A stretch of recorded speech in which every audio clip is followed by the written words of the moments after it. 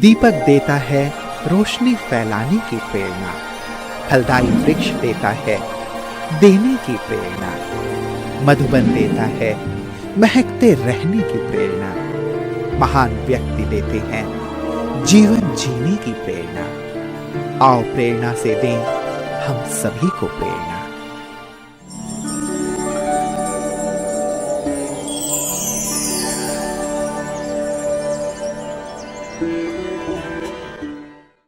राजपुरा भारत के पंजाब राज्य के पटियाला जिले में स्थित एक नगर है जो पटियाला और चंडीगढ़ के नजदीक है। राजपुरा ब्रह्मा कुमारी ईश्वरीय विश्वविद्यालय की मुख्य संचालिका है राजयोगिनी कैलाश दीदी जी। दीदी जी का जन्म 1967 में पंजाब के पटियाला शहर में हुआ। बचपन से अब धार्मिक थे एवं भक्ति में विशेष रुचि रखते थे। आप सरलता, सहनशीलता, मधुरता, निश्चय बुद्धि, मिलनसार आदि गुणों से भरपूर है। सत्य की खोज में आपको 1984 में ईश्वरीय ज्ञान की प्राप्ति हुई।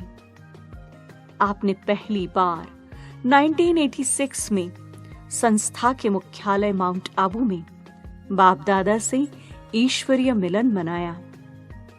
बाप दादा से विशेष वरदान प्राप्त कर तुरंत ही आपने अपना जीवन ईश्वरीय सेवा में समर्पित किया। तब से कई वर्ष पटियाला और नाभा में ईश्वरीय सेवाएं प्रदान कर 1992 से राजपुरा में स्थायी रूप से आप अपनी सेवाएं दे रही है। जन जन को ईश्वरीय संदेश देते हुए आपने अनेक आध्यात्मिक कार्यक्रमों का आयोजन किया। वर्तमान समय दीदी जी के नेतृत्व में 300 से अधिक ब्रह्मा कुमार कुमारियां ईश्वरीय ज्ञान प्राप्त करते हुए अपने जीवन को श्रेष्ठ बना रहे हैं।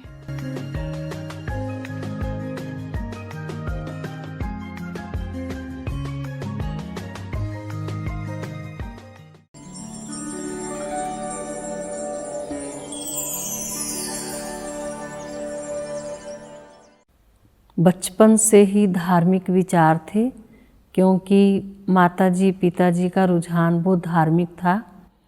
तो हमारे घर में कभी पंडित या अलग अलग संत महात्माओं का भोजन चलता रहता था, और इसी तरह से ही हमारी माताजी का साहित्य में भी बहुत ध्यान रहता था।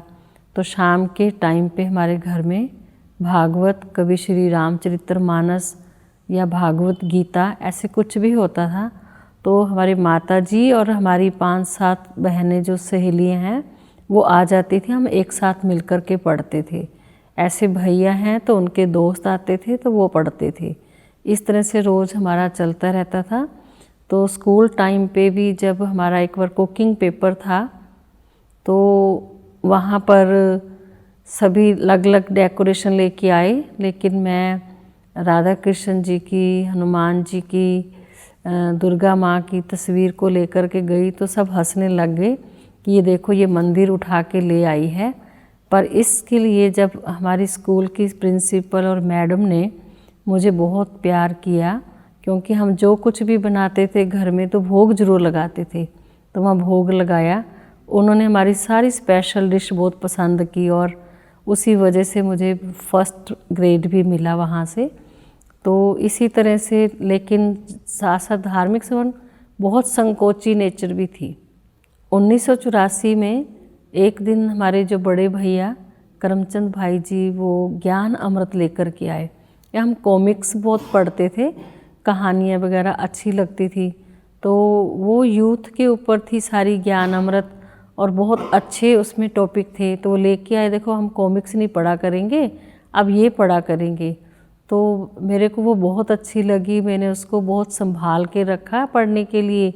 और कुछ टाइम उनको बोला कि सेंटर पे आप चलोगे, मैंने कहा नहीं मुझे नहीं जाना है, क्योंकि मैंने संकोच की वजह से पढ़ाई भी छोड़ दी थी, क्योंकि मेरे से कुछ पूछेगा तो मुझे अच्छा नहीं लगता। तो इस तरह से मैं 2-3 महीने सेंटर पर नहीं गई। तो भैया रोज़ जाते थे, उन्होंने अमृत वेले ही कोर्स शुरू किया और क्लास शुरू की। उसके बाद माताजी भी गए, सभी गए, पर मैं स्कूल सेंटर पर नहीं गई। फिर एक दिन सबसे छोटी बहन हमारी 5-6 वर्ष की थी, तो वो मुझे कहती है, मैं खाना बना रही थी तो उन्होंने मेरे से लिया कि मैं खाना बनाऊंगी, तो उसने चकला बेलना लिया और बनाने लगी और वहीं हाथ रख के, दीदी आप सेंटर क्यों नहीं जाते हो, आपको सेंटर पे जाना है, आपको शिव बाबा बहुत प्यार करते हैं, वहाँ दीदियाँ रहती हैं वो भी बहुत प्यार करती हैं, और वो जो दीदियाँ हैं ना उनकी शिव बाबा से शादी हुई है, आपकी शादी भी शिव बाबा से होगी, कल आपको सुबह सेंटर पर चले जाना है। तो ये कहकर वो उठकर खेलने चली गई और मैंने खाना बनाया। रात को मैं सोचती रही, शिव बाबा से शादी, दीदियाँ बहुत प्यार करती हैं। 5 बजे क्लास होती थी, 4:30 बजे जाते, तो मैं उस दिन सुबह ही तैयार होकर के माताजी के साथ सेंटर पे चली गई, और उस दिन से आज दिन एक दिन भी मेरा कभी क्लास एब्सेंट नहीं हुआ। तो इसलिए मुझे बाबा के घर में जाते ही इतना अच्छा लगा कि जैसे ये तो मैंने देखा हुआ है, जैसे मैं हर जगह जाने में संकोच करती थी, पर बाबा के घर में जाने में मुझे कोई संकोच नहीं हुआ। हाँ, दीदियों से बात करने में संकोच करती, बाबा के कमरे में मुझे लगा मैं इनको जानती हूँ, ये सब मैंने देखा हुआ है, और मैं बहुत उसी बस 15 दिन 20 दिन के बाद ही वहाँ लगभग सेवा में रहने लगी, ज़्यादातर सहयोग भी देती थी। और 85 में जब हमारी ये पद यात्रा का आया प्रोग्राम जाने के लिए, तो मैंने उसमें यस किया, क्योंकि वो एक बचपन में मेरा ख्वाब था कि जब मैं बड़ी हो जाऊंगी तो मैं इंदिरा गांधी के पास जाऊंगी, क्योंकि मुझे बीड़ी, सिगरेट, शराब ये नशे बंद कराने हैं। वो सीन मैंने बचपन में, तब मैं 2-3 क्लास में पढ़ती थी, हमारे पड़ोस में एक भाई ने बहुत शराब पिया और उनका 2 महीने का बेबी था, तो उसने शराब पी हुई, वो स्टोव पर तवा रखा हुआ था और बच्चे को उठा के मारा, गलती से झगड़ा कर रहा था, तो वो बच्चा जल गया, तो हम उठा के लाए। बस उस दिन से मन में आया कि मैंने बड़े होके इंदिरा गांधी के पास जाना है और ये शराब छुड़वानी है। तो उस दिन का वो संकल्प ये बहुत चलता था, पर कैसे जाना है, क्या करना है, ये समझ में नहीं आता था। तो फिर जब मैं सेंटर पे आई तो मुझे मधुबन में बाबा मिलने में भी आसानी रही और बहुत अच्छा लगा। पर मेरे को बाबा मिलन में कैसे जाना हुआ, वो बहुत मेरा एक विशेष अनुभव है।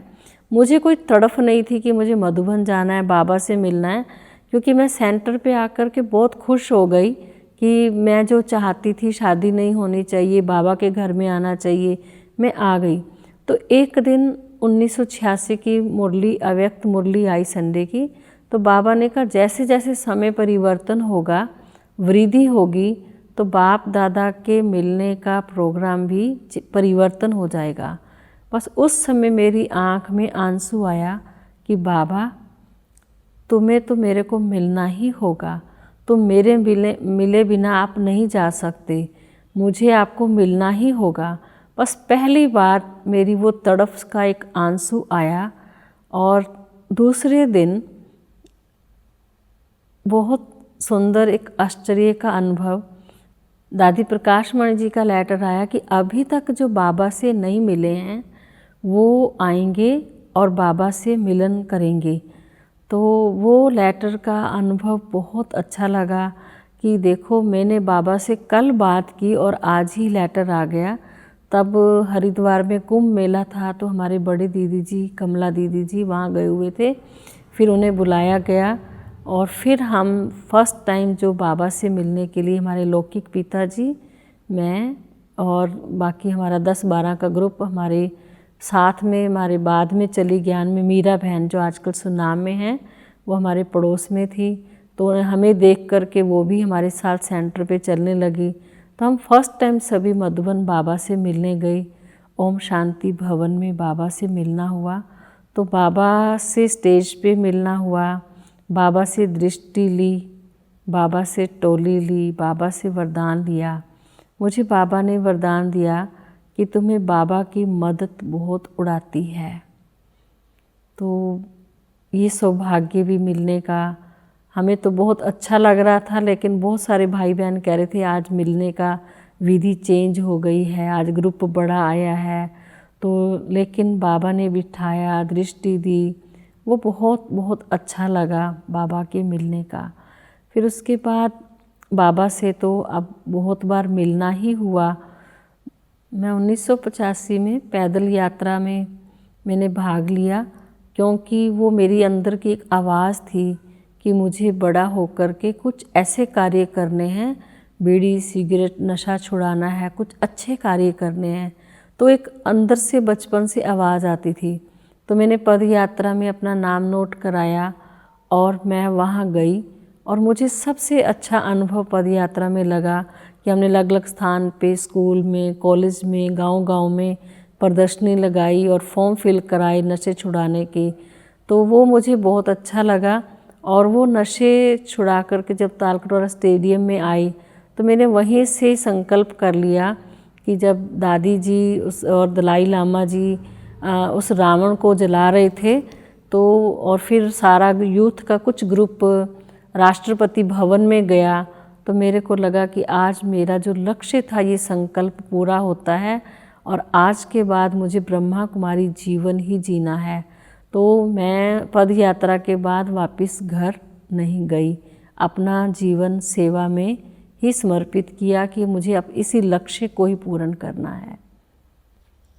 तो जब हम ईश्वरीय सेवा में आए तो मुझे बहुत संकोच की नेचर थी, और मुझे 8 दिन के लिए 27 जुलाई को दीदी जी ने नाभा भेजा कि आपको 8 दिन के लिए जाना है, कि वहाँ कोई बहन नहीं है।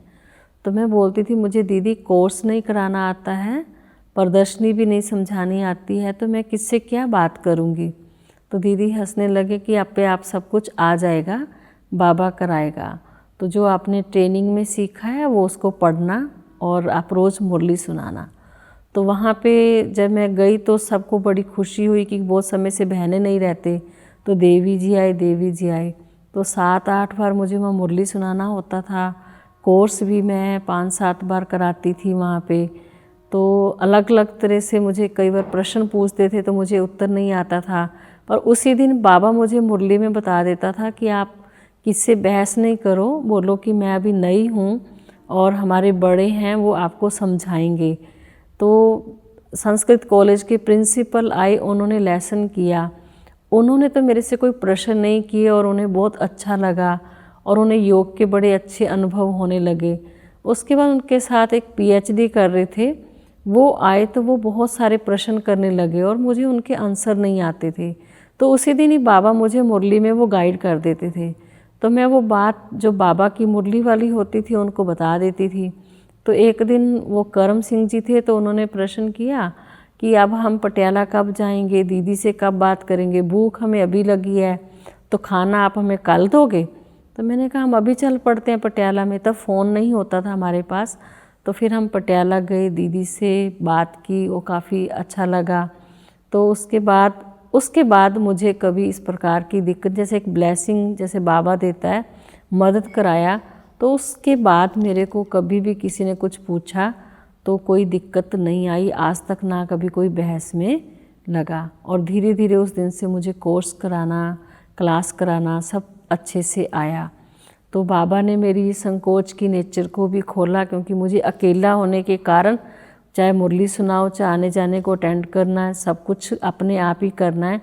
तो मेरी ये सारी आदत बाबा ने परिवर्तन की। तो ये और मुझे साथ साथ शक्ति दी।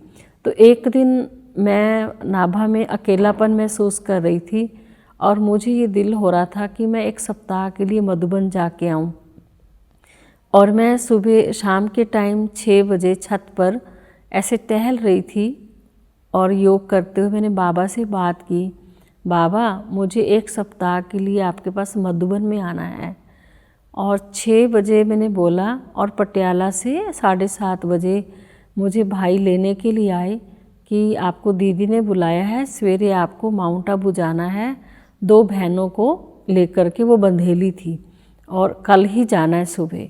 और मेरे दिल में इतना कि मैंने बाबा को अभी अभी बोला और अभी अभी मेरी बाबा ने कैसे सुन ली और मेरे प्यार में आँखों में आंसू ही नहीं रुके। और मैं रास्ते में भी जाते हुए बाबा का बार बार शुक्राना करती हूँ कि कैसे मैंने एक बार 1 सेकंड में बोला, तो पहले भी मुझे बाबा ने बुलाया, दूसरी बार भी बुलाया। तो ऐसे बहुत सारे बाबा मुझे अलग अलग अनुभव रोज़ साकार में अनुभव कराते थे, हर साथ देते थे। कभी भी मुझे बाबा ने अकेलापन नहीं होने दिया। चाहे मैं नाभा में अकेली भी रहती थी, माताएं साथ होती थी, पर बाबा का हमेशा साथ होता था। और मुझे योग बहुत अच्छा लगता था, मेरा सब्जेक्ट मैंने योग का और पढ़ने का, मुझे अध्ययन करने का भी बहुत शौक़ रहता था। तो बाबा को रोज़ पत्र लिखना ये मेरी खास विशेषता रही। कुछ भी हो, मैंने 2 लाइनें लिखनी है, पर रोज़ बाबा को लिखनी है। बाबा के साथ साथ मुझे आत्मा ने दादियों की भी बहुत पालना ली है। दादियों ने भी मुझे अखुट प्यार, अखंड प्यार दिया है। और आज भी वो दिन याद आते हैं, वो पल याद आते हैं कि कैसे दादियों ने हमारी पालना की। तो शुरू से हमने कई मेडिकल कैंप भी किए और अलग अलग स्थानों में, अलग अलग गाँव में। फिर बाबा जैसे कहता था सब जगह संदेश दो, तो 108 गांव में हमने रथ यात्रा निकाली थी और 3-4 गांव में हम रोज़ 7-8 का ग्रुप जाते थे और वहाँ सब एग्जीबिशन करना, समझाना। तो वो भी बहुत अच्छा कार्यक्रम रहा। बाकी यहाँ सबसे बड़ी एक विशेषता रही राजपुरा का, हमें सहयोग सभी संस्थाओं और मंदिरों की ओर से मिला। 5-7 साल सभी मंदिरों की झांकियाँ यहाँ आती थी और शिवसेना के, और यहाँ से सब यात्रा लेकर के जाते थे। तो पूरे राजपुरा में घूमती थी, तो उनका पूरा सहयोग, तैयारी उनकी रहती थी और सभी मंदिर वाले सब यहाँ आते थे। फिर यहाँ से ब्रह्मा भोजन करके पूरे शहर में झांकियाँ, ऐसे 5-7 साल वर्ष हमारी ये झांकियाँ रही। फिर हमने कभी नशा मुक्ति पे भी कैंप किए, स्कूल कॉलेजेस में भी अलग अलग तरह से प्रवचन चलते रहे, कंपनीज में भी stress management, steps of success, ऐसे अलग अलग टॉपिक में चलता रहा। लेकिन एक और बाबा यहाँ अलग अलग लोगों को प्रेरित करता है। बहुत से ऐसे लोग आए जो परेशान, स्ट्रेस में कि हमने सुसाइड करने जाना है, पर उनको यहाँ आ जाते का हमें नहीं पता चलता हम यहाँ कैसे आते हैं, या वो झगड़ा करके आ जाते। तो बहुत सारे लोगों ने सुसाइड करने से बचे। गंडा खेड़ी है यहाँ पास में, वहाँ लोग जल्दी से जाते हैं छलांग लगाने के लिए। फिर हम बहुत प्यार से उनको भोजन खिलाना, उनको चाय पानी देना, उनकी बात सुननी, 2-4 घंटे बिठा करके फिर उनके घर में उनको फ़ोन करना, गुप्त से उनका लेके मैसेज देना, फिर उनको बुलाना, फिर उनको घर छोड़ना। तो इसी तरह से फिर अलग अलग समय पे बाबा अलग अलग ऐसी बहुत सारी, कभी बुजुर्ग, मेजॉरिटी यूथ, या कोई गलत नशे में जा रहा है, गलत आदतों में जा रहा है, तो उन सब को ऐसे गाइड करके बाबा जो भी चाहता है, कईयों को जिए दान दिया। करण करावनहार तो बाबा है, पर निमित्त बनाता है। तो इसी तरह से कई लोग काफ़ी और सुरक्षित हैं और सुरक्षित हुए हैं और ऐसे होते रहेंगे।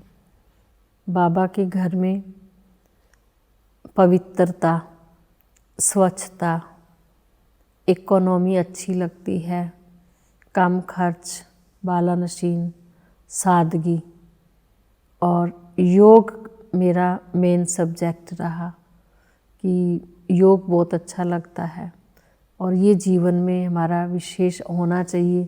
क्योंकि चाहे ज्ञान, योग, धारणा, सेवा, वो हम सब किस लिए करते हैं कि योग के लिए। तो बाबा के साथ मेरा उलझना भी रहता कि बाबा मेरे से होशियार बहुत हैं, बहुत अच्छे अच्छे काम कर सकते हैं, मैं तो बहुत सिंपल हूँ, साधारण हूँ, पर बाबा आपने मुझे अपना बनाया है, क्यों बनाया। मैं बहुत ऐसे उलझने देती थी, पर फिर कभी कहती थी बाबा ने कोई तो मेरी योग्यता देखी होगी। तो क्या देखी होगी मुझे नहीं समझ में आता, पर मैं कहती कोई बात नहीं, पर भगवान ने मुझे बहुत प्यार दिया है, आगे बढ़ाया है, या जो भी करा रहा है तो ये उसका कार्य है। करण करावनहार वो है, मैं तो एक निमित्त मात्र हूँ।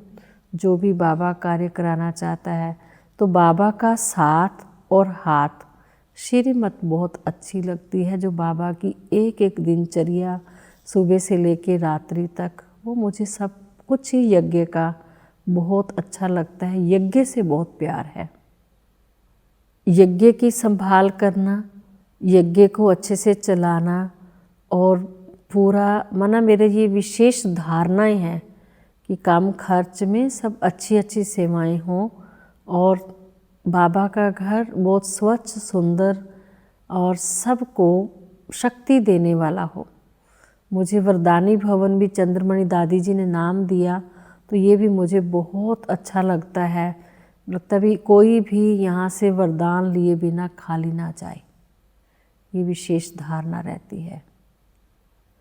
वर्तमान समय में पुरुषार्थ जैसे बाबा चाहता है कि अब आत्मिक स्थिति में स्थित होकर के अशरीरी बने, फरिश्ता बने। ब्राह्मण तो हम बन ही गए हैं, लेकिन अब जो अगला सफ़र है मेरा फरिश्ते की ओर, तो विशेष अभी चिंतन उस पे ज़्यादा चलता है कि अब बाबा को मेरी संपूर्णता की ज़रूरत है, संसार को, समाज को मेरी संपूर्णता की ज़रूरत है। अब समय की पुकार भी संपूर्णता की है। तो अब एक ही संकल्प करती हूँ कि बाबा अब अभी ब्राह्मण तो हम बन ही गए, अभी सामने जो लक्ष्य दिखाई देता है वो संपूर्ण फरिश्ता बनने का। तो अब बाबा से और अपने आप से यही बात करती हूँ कि बाबा की जो अब इच्छा है वो मुझे फरिश्ता रूप देखने की, संसार की पुकार मेरे फरिश्ते रूप की। तो अब मुझे संपन्नता की ओर जाना है, संपूर्णता की ओर जाना है। और जो दादियों ने हमें इतनी पालना दी है, या बाबा ने अथक होकर के छोटी छोटी बात हमें समझाई है, उसको पूर्ण करना और उसको साथ लेके चलना विशेष मेरा लक्ष्य। कि सदा खुश रहना, संतुष्ट रहना, और ये वर्तमान समय का मेरा पुरुषार्थ है। अंतिम समय के बाबा ने जैसे हमें बताए हैं पेपर, तो अभी मैं 4-5 दिन पहले ये चिंतन कर रही थी और क्लास में भी ये किया था कि मान लो हमारे सामने कोई भी पेपर आता है, किस तरह का भी आता है, चाहे प्रकृति की ओर से आए, चाहे मनुष्य आत्माओं की ओर से आए, तो हम क्या कर पाएंगे। तो फिर एक ही आंसर आया कि उस समय में अशरीरी होना चाहिए या डबल लाइट फरिश्ता और बाबा की याद, अखंड याद, कंबाइंड स्वरूप, ये 3 चीज़ें अगर हमारे पास हमेशा रहती हैं तो हम सेफ हैं। तो इसलिए अभी इन बातों को अंडरलाइन किया है कि मुझे शिव शक्ति कंबाइंड रूप में रहना है और अशरीरी और फरिश्ता स्वरूप की जो ड्रिल है इसको और पक्का लेके आना है। और ये अपनी ये स्थिति ही मेरी हमें अंतिम पेपर की तैयारी में भी मदद करेगी। मैं सभी ब्राह्मण आत्माओं के लिए, भाई बहनों के लिए यही संदेश देना चाहूँगी कि अभी जैसे समय की पुकार और चारों तरफ की हलचल, हमें समय की समीपता दिखाई दे रही है, लेकिन जितना हम सबका पुरुषार्थ होना चाहिए अभी वो नहीं दिखाई दे रहा है। कहीं कहीं अभी आलस से अलबेलापन चल रहा है, लेकिन अब हमारे लक्षण भी समानता वाले, बाबा की समीपता वाले अभी दिखाई देने चाहिए। अमृत वेला और ट्रैफिक कंट्रोल, जो भी नियम मर्यादाएं हैं, इससे भी पूरा करें। लेकिन अभी विशेष ज़रूरत है स्वमान की सीट पर सेट होने की। अभी हमारी स्टेजेस कभी ऊपर कभी नीचे हो रही हैं, तो मैं चाहूँगी कि जैसे बाबा कहता है कि स्वमान वाला कभी परेशान नहीं होता, स्वमान वाला ही सम्मान देता है और लेता है। तो सभी स्वमान में रहें और बाबा का, परिवार का, सबका सम्मान ले। तो यही मेरी सभी ब्राह्मण आत्माओं के लिए शुभ आशा है कि वो जल्दी से जल्दी बाबा के प्यार को, बाबा के वर्षे के संपूर्ण अधिकारी बने और अपना अधिकार प्राप्त करें, अभी आलस्य अलबेलेपन को छोड़ें।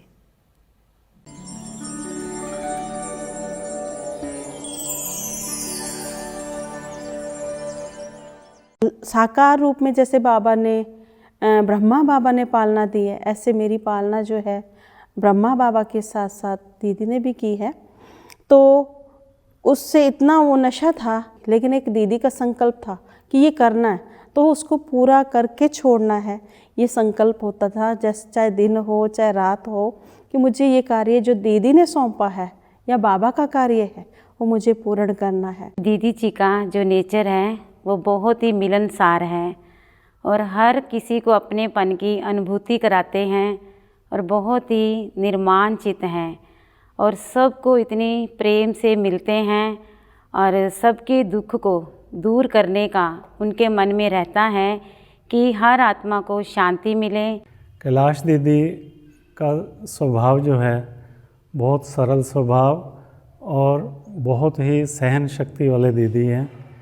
वो कभी भी किसी के ड्रॉबैक्स की तरफ ध्यान नहीं देते, हमेशा पॉजिटिव वाइब्रेशंस मिलते रहते हैं हमें उनसे।